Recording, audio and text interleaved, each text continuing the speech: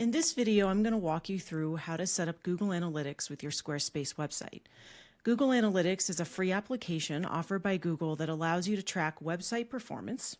Unlike Search Console, which tracks performance from Google and on Google, Google Analytics gives us detailed information on how people are using our websites once they get there, including all the sources that people come from, not just Google. Luckily, Squarespace makes it easy to integrate a new or existing Google Analytics account. While Squarespace Analytics Dashboard, the built-in Squarespace Analytics, does offer some insights, I do recommend setting this up right away from the beginning so you have detailed information later on, even if you don't use it right away. Google Analytics does allow us to go quite a bit deeper. I'm Cara Wolf, Squarespace SEO expert and website designer. Let's dive in. So I'm here in my demo site, my Squarespace demo site. Now, to access your Google Analytics, we're going to go to Settings, Developer Tools, External API Keys. And what we're going to need to do is set up a Google Analytics account and then put the Google Analytics API key right here. So today, I'm going to go ahead and set up. I'm actually going to walk you all the way through this process, and we're going to set up a Google Analytics account from scratch for my demo website.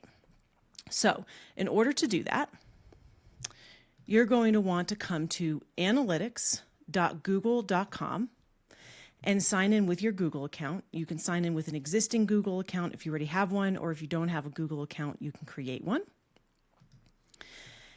And we're going to want to come down here to admin. Now, if you haven't set up an account before, it will prompt you to set up a brand new account. If you do have an existing account and you want to set up an account for another website or one of your client sites, this is what it's going to look like. It's going to bring you to a website you already own. So if it starts you off with the start screen, go ahead and follow the instructions to start a brand new account. And if you're on this screen, we're going to come to admin and we're going to go create up here on the top left, and we're going to create an account. Now, the difference between account and property, you can have one account that has multiple properties. This is helpful for your own businesses. If you have a business and you have multiple websites under that business, it's nice to have an account with several properties. However, if you're a website designer, my preference is to create a brand new account for every website client that I work with, because the problem is if a property is under your account and you want to give that person full ownership, you can't do that. You can give them admin permissions, but for me personally, I like to give my clients ownership of everything. So there are website designers and agencies out there that will have one account for their whole agency, and then everybody will have a property under that account. But I like to create an individual account for each of my clients so that they own their own account. If you're setting this up for yourself, you just want to create a brand new account because it's, of course, yours. So we're going to go ahead and create account. Now, once you get past the starter screen, whether you're right from the start or coming in from another property or account, this is what it's going to look like. Create account. So we're going to go ahead and just do this. I'm going to title it Test Website. So I like to just put in the business name here. You can organize these however you like, but for example, if I was setting this up for Websites by Cara, I would just put in Websites by Cara. I leave all of this checked as is. Google pretty much has everything on us anyways. Click Next. Property name, again, I like to do the business name. Let's just say, let's actually call this, well, we'll stick with the test. We'll stick with that. All right, we'll go for time zone. I'm in Colorado, so we're going to go for Denver. Currency, US dollar. Most of you watching this will probably be in the United States, but if not, you can, of course, choose your currency. Click Next. Describe your business. So let's just say we're in business and industrial. So you can go through the list here. It's kind of limited. There's not a lot in here, but just find whatever is the closest fit. Employees, choose the number of employees. Next. Now, for me, you can, if you have a specific objective of what you're using Google Analytics for, you can click several of these and click all of them. A lot of times when I'm setting these up for clients, I just do other business objectives because it's just kind of like custom. This is just to get recommendations that are personalized for your business. So this doesn't actually affect the way Google Analytics works behind the scenes. It just affects the type of marketing that they're going to send to you. So just to make my life easy, I usually just do this and create. Of course, you'll want to read their terms per the usual and then decide to accept the terms if you want to create your account. You can also change your region if you're in a different region. Click accept.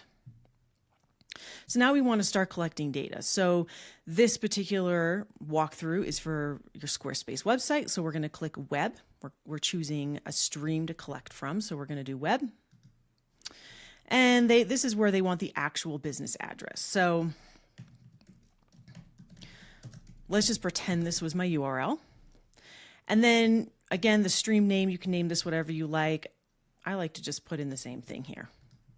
And this, you can organize this, whatever makes sense to your brain, whatever makes sense to your clients. This has to be the actual URL that we're attaching to. Stream name can be whatever you want. You could rename it your business, just your normal business name as well. All right, and create and continue. I usually leave this toggled on. Again, with these default setups, I just leave most of the default settings on. All right, now we want to go to next. We still have to connect this back to our Squarespace website. And it's actually, I didn't even click the next button. It's just bringing me to this page automatically. And for Squarespace, we want to do more options and install with the CMS or website builder. So if you remember, all we are going for is that little piece of code. So to set this up with Google Analytics, all we need is this little API key.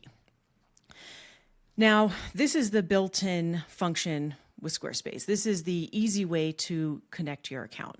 We can set up Google Analytic tracking through Tag Manager, but for the sake of this particular walkthrough, we're just doing this the easy way. So we don't need all the code stuff. So we can skip all that, click Install with CMS or Website Builder if you're just doing this for yourself. We're going to click Next. Select your platform. Now, it may automatically figure out that you're Squarespace, but if it doesn't, we can go ahead and find Squarespace on here. There's Squarespace. And now that we've selected Squarespace, copy your ID tag, and we're going to click this little copy button. And we're going to come back to our Squarespace website, and we're going to paste this in. And you're going to hit save. And that is it. It is synced. We're good to go. I am going to give you a few more pro tips, but that is all you need to do to start collecting data in Google Analytics. Now, one thing to note, unlike Search Console where we sync it up with our website and then it displays some of those analytics in the Squarespace dashboard, Google Analytics, all this does is allows Google Analytics to track data on your website and how people are interacting with your website. None of the Google Analytics are actually displayed on the Squarespace dashboard. So once you've done this and we've closed out, in order to view your Google Analytics data, you're going to have to come back to Google Analytics to view that data. So I'm going to go ahead and click the X here. We're done. You can test it. I'm not going to test it right now because it's not on a live site, but you could, there was a little test button up there in the right-hand corner. So I'm going to go ahead and, actually this is already, so this little test button right here in the right-hand corner, normally I do click that, but for now I'm just going to exit out of here because it's been set up. Now it says data collection isn't active. That's fine for the first 48 hours. It's going to complain that it's not getting data, but I'm going to go ahead and click this X. It's in there. We know it's on our website, and I'm going to click next just to get through this. So data collection is pending. This is normal. This is the screen we want to get to. Continue home. Now we have our brand new account set up.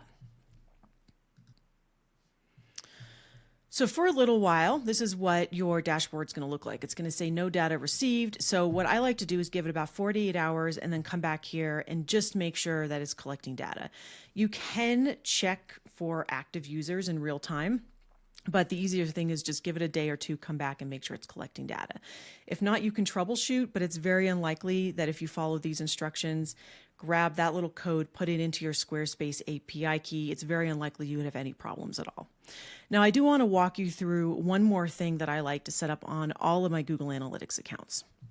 Now, here on the left-hand side, under this Explore tab, if you come back to Google Analytics later, so remember, this isn't displayed in your Squarespace dashboard. So if you do want to ever get into your Google Analytics, I always recommend launching this from day one because it only starts collecting data the day you set this up. So if you could care less about data, but in 6 months from now you think you might want some data, set it up, collect the data, you can always come back to it. So to return back to this, you're just going to do the same URL we did before. So if you ever want to view your Google Analytics data, again, it's not available through Squarespace. It was set up through Squarespace, but not available through there. You have to come back to analytics.google.com, log in with your Google account to view this data. Now, the pro tip I suggested. So this Explore tab, it by default only goes back 2 months. It only has data retention of 2 months. And this Explore tab lets us pick an endpoint or a starting point and watch the user flow of people throughout our site. So it's a nice handy feature. You might want it later. But I like to always, before I close out and I'm done here, I like to change that data retention from 2 months to 14 months so that if I'm ever in here doing the Explore tab for a client later on or for myself, I have more than 2 months worth of data to look at. So we're going to come down to Admin and we're going to go to Data. My bad, we're going to go to Data Collection. So Data Collection Modification, and we're going to come down to Data Retention. And here, Data Retention, we're going to change it to 14 months, and we're going to hit Save. And that's it. You're officially set up. Your website will start collecting data. If you want it, it's here. If this video is helpful, like and subscribe, and look in the description below for more links to my good stuff.